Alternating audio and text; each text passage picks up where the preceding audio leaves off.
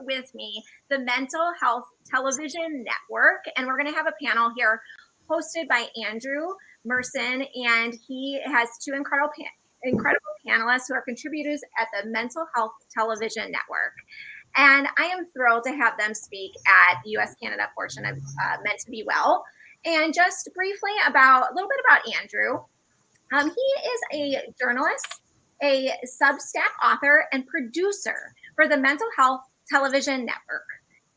His mission is to foster open and honest conversations about mental health, provide valuable resources, build community where no one feels alone. So thank you so much for joining us today. It's an absolute pleasure. Thank you so much, Valerie. I really appreciate it. Thank you to Ambreen and Andrea as well. So for those of you who don't know, MHTN is the first 24/7 streaming platform and television platform devoted exclusively to highlighting conversations around mental health. And today we have an amazing panel for you with two of our best contributors, and they're the best. We have JoJo Venant, therapist and owner of The Clarity Hour and editor-in-chief of Chasing Clarity magazine. And we also have Ryan Heapy of Align Therapy. You can find him at www.ryanheapy.com. He's also the co-host of the Hey Man, It's Okay podcast, focusing on men's mental health. So today we're here to talk about mental health in the mental health industry. We always talk about putting our own oxygen masks on first, and we want to know, who's taking care of the people who take care of us. So I'd just like to open it up, and I'll start with JoJo. Can you just tell us some of the mental health challenges that face people in the mental health industry? I think that what we face really does mirror what our clients face, right? A lot of us feel burnout. We feel physically exhausted, sometimes emotionally drained to give the best of us to our clients and then turn around and give our best to our kids, that it is their responsibility for the world to revolve around them, right? That's their role. So then stepping into that, so a lot of burnout, I would say, it's one of the leading causes of mental health counselors leaving the field and not doing the proactive work of the self-care. So I would say definitely burnout is one of the number one things, along with other things with depression and anxiety as well.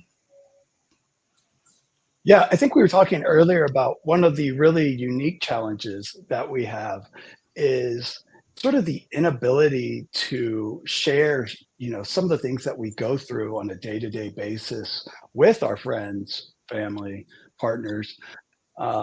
There's so many big wins that we might have in the office. Sometimes there's real crises. And it's hard not to let that permeate into the rest of our lives. And the inability, having to hold confidentiality and not share kind of the intricate details which really make up, so much of what we do. We have to keep a lot of that inside. Yeah, you can't exactly go home.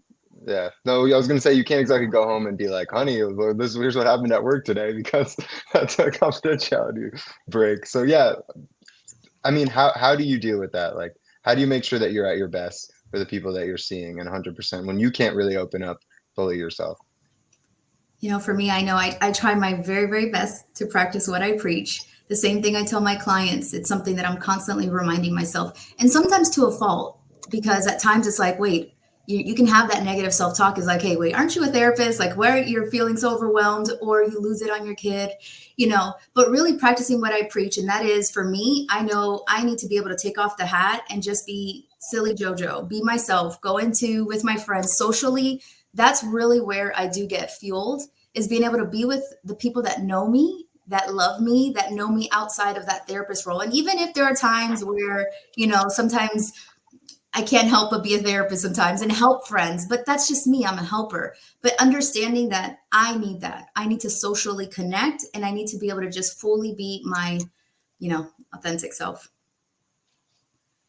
I totally have to agree with JoJo there, that it's really all about practicing what we preach. Andrew, I'm sure you've heard me plenty of times stress the importance of meditation and exercise, good sleep, like JoJo was saying, great support. But really, for me, it's the small acts of mindfulness throughout the day.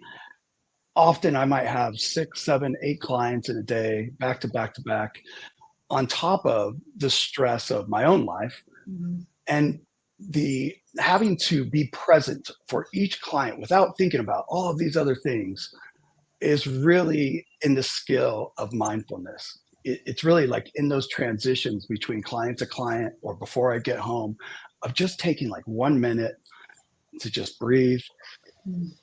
recognize kind of the worries that I don't have to worry about in this moment, the ones that I can put to the side, and also maybe take care of the quick things that I know I can take care of real fast, but then being able to kind of put those things behind me and then being able to be present for who's in front of me.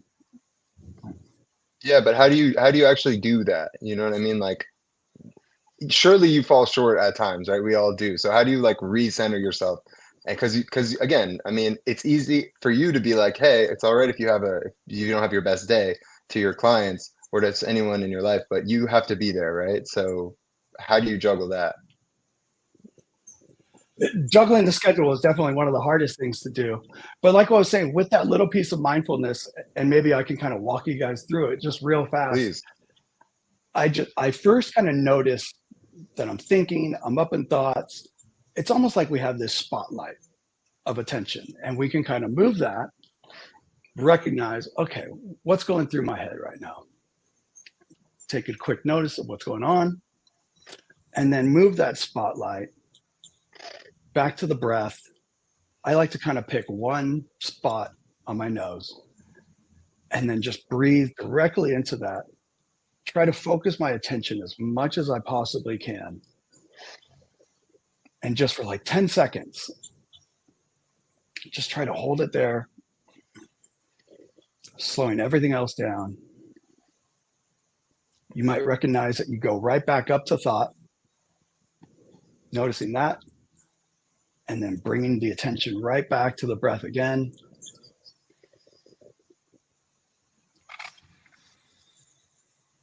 And everything kind of quickly disappears. Maybe one more time, bringing it to the breath.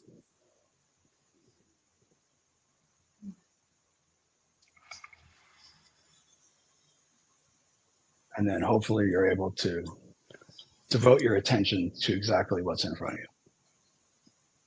JoJo, any thoughts? I think that sounds great, but you can't do that in the middle of a session, can you? like how do you, you know what I'm saying? Like, sometimes I do, as a matter of fact. I'll keep my eyes open. If I notice that I'm, tripping about something that's not right in front of me,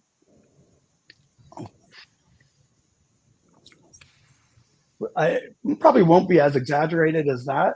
yeah, exactly. But I definitely try to do a quick little mindfulness breath to bring myself right back there. Yeah. JoJo, how about you? Any tips, Listen, thoughts from practical life or from your life? Well, first, I felt very relaxed. Thank you, Ryan, for that. It brought me down a little bit, and I thought that was awesome. And really being aware of your own breath, your own tone, the speed at which you're speaking really does affect your level of concentration as well. And even involving, so let's say if you're doing breath work with a client, you're participating with them. You're walking them through those things, those exercises as well. And in between clients, there's times where I just have to take a deep breath and really just recenter myself, because there's some really heavy sessions. There are sessions where that it ends maybe in laughter and, sharing good news and they updated you on something. And other times the session really ends where you're like, I wish I had another hour with them, or they need another hour. Right. And you really have to be able to get yourself together. And this is things that you do have to practice. 10 years ago, I don't think I had the capability really as to what I have now, because I didn't know as much. And I think with time, giving yourself that grace that you will learn how to do those things. I remember very early on, I was experiencing, issues with infertility. I'd had a few miscarriages. I had 2 clients that came in that had lost toddlers too. And really not being able to find a balance between what they were sharing, what I was experiencing. I was really new in the game. And I'm so grateful that I knew when to, that I, at least I knew to take a bit of a step back and to have some mentors. I had mentors at the time. I had a supervisor. I was still a registered intern at the time. And being able to rely on that support system to be able to walk me through that. Because if you're not able, or at least you don't have that experience, it really can be very difficult for you. Wow, yeah, that Yeah, sounds incredibly challenging. Please, Ryan. Yeah, I think one of the greatest skills that I try to practice is just connecting. You know, when we go to grad school and then we're training, we're learning all these different modalities and different interventions and trying to ask the right questions. But really, when I'm at my best, it's when I can just sit there and be totally present with the client. And then everything else just kind of comes from that. It Yeah. also helps me from, you know, watching the clock, because I think that's one of the hardest things to do if you're in a session is, you know, hoping that the session will be over if you have something to do after work. And really, you just instead want to be totally present and totally connected. And the clients, you can notice that. Yeah, I imagine that would feel like kind of a, I don't want to say betrayal, but it might hurt, you know, a client a little bit if they thought that you were looking at the clock, waiting for something else, like not being fully present. I mean, part of your job is that you are fully present, right? So, but you're human too. So it seems very challenging. Yeah. JoJo, did I interrupt you? Were you going to say something there? No, I was just agreeing with everything that you guys are saying. It really, that whole being present, the clients, I have been the client, you know, and that's part of my, you know, self-care is really knowing that you need to be able to have a professional that you can sit with and, you know, let it all out. But I have been in session with professionals where I can tell, I'm like, I don't think they're fully in it. Is that a long blink? Am I putting them to sleep? You know, we can really tell if someone is engaged. So I'm with you on that one, Ryan. You really have to be so fully present. Yeah. And back to something that we talked about before that we haven't touched on yet. This isn't the type of job where you can come home, kick off your boots and completely disconnect. Like you are still you are still a therapist, right? Like, and you still have interpersonal relationships and your job is all about interpersonal relationships. So how do you balance that in your life? Last time I started with JoJo, so I'm going to start with Ryan this time. Like, how do you balance Ryan Heapy, the person, the friend, the, you know, the son, and Ryan Heapy, the therapist? This is one of the most difficult things that I really struggle with. I'm already an overly analytical, curious, unfortunately, sometimes critical person. And so a lot of times that therapist is really just one-on-one with me. And, you know, I can tell when people are being inauthentic, or maybe they're not present. And I'm noticing that they're not listening to me. Unfortunately, a lot of times I'll call that out. And that often doesn't feel good for other people. And so this has been a real practice, a real thing I've had to work on is putting that aside and instead kind of being more the therapist that I am in the room of just trying to connect with people.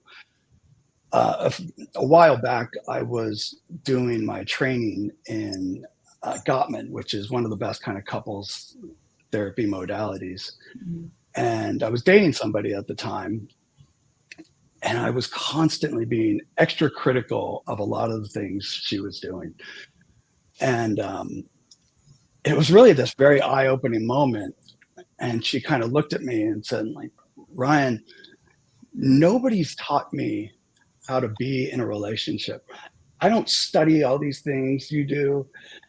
Like, give me a break, you know, kind of let me be a little. And it was quite the check. And yeah, and so I think reminding ourselves and having the awareness that most people don't study psychology, you know, all day, every day, and go into a room thinking about interventions and different concepts. So it is a real practice to kind of leave that part of me, you know, back in the office. JoJo? You know, I really appreciate that transparency. And by even sharing that, that has been helpful for me to be that transparent.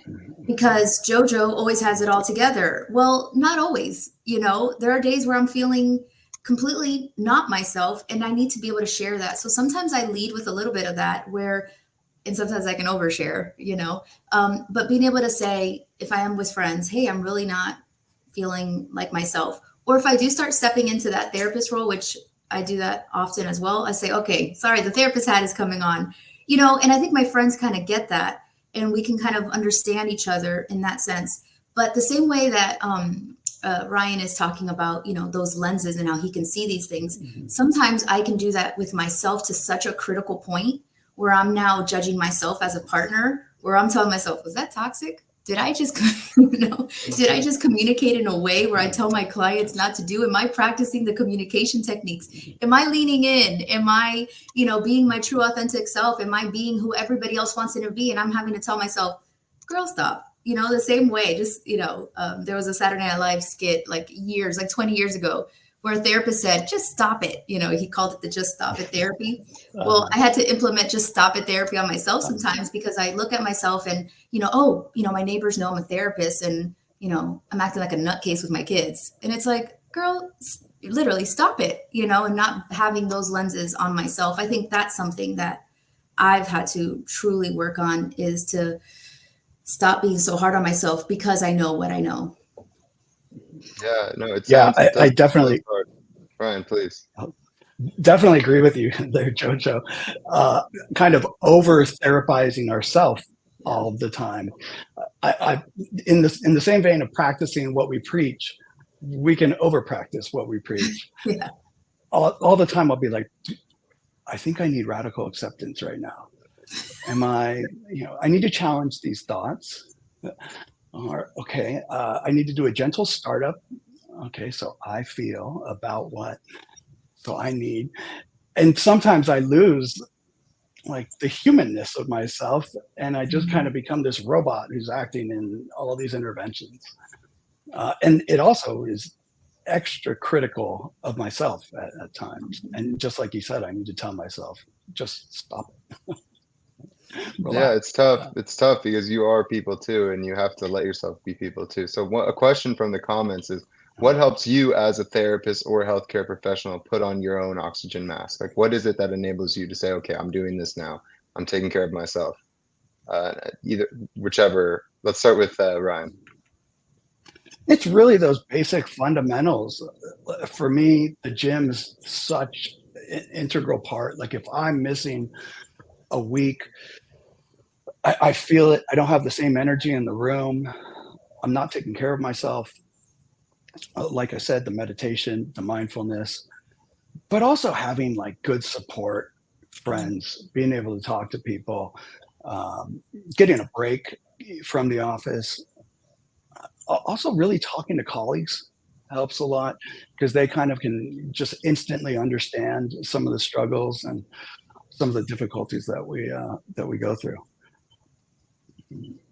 I'll mirror that again too. The support of having someone again that truly knows you. I need to be able to. So one of the things for me that I feel is really where I just feel the most recharged is when I can laugh and really take things lightly. I'm in such a serious field. I also have a family that does have, their own struggles.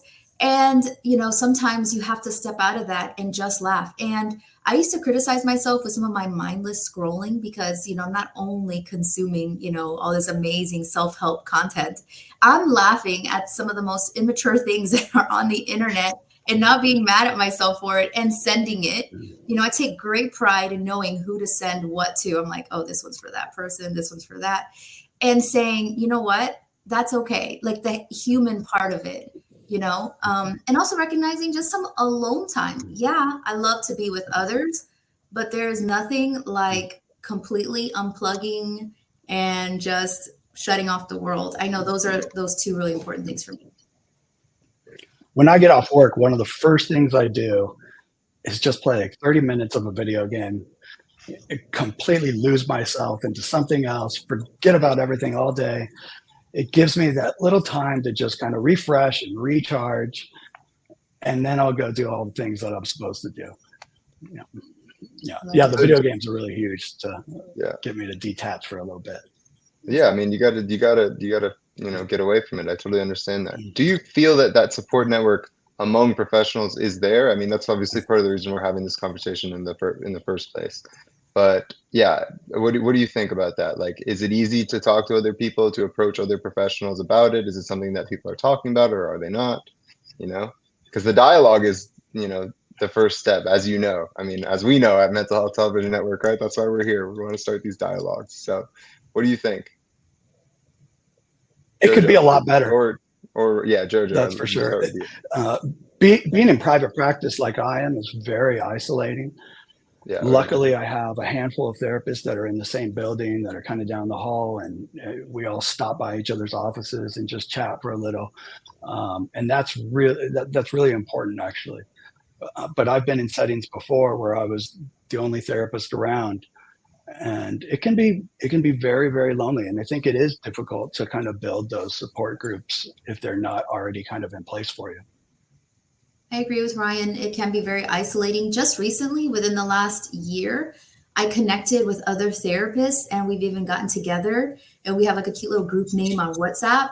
And, we'll share resources and we'll talk. And I'm like, this is awesome. This is what we've been needing, because you don't really see that. And you would think in a group of helpers, that it's all going to be, we're all holding hands and buddy. There can be some competitiveness, amongst our colleagues. So having that and helping each other out. Wonderful friend, Sueli Rivera, she's amazing. She kind of started this group and helped us all, get, let's say, on insurance panels to be providers and things like that. A lot of us were private pay, and just helping each other out and seeing each other as equals and getting it is really important, but it's not as common. It's not. So how do you make that happen then? Maybe if there's groups online, I know that there are some mental health counselor groups, maybe initiating what you want, so if you're not seeing these groups and it's like, there are no groups, put yourself out there, write it in one of the chats. Who wants to start a little group? Let's get on a WhatsApp. Who wants to get together virtually? If it's in the same town, can we get coffee together, or virtually get coffee together? You have to put yourself out there. Exactly. All right, first we got to wrap up. So I'll start with you, Ryan. Both of you. I just want one last. What are you going to take away from? What do you want people to take away from this chat?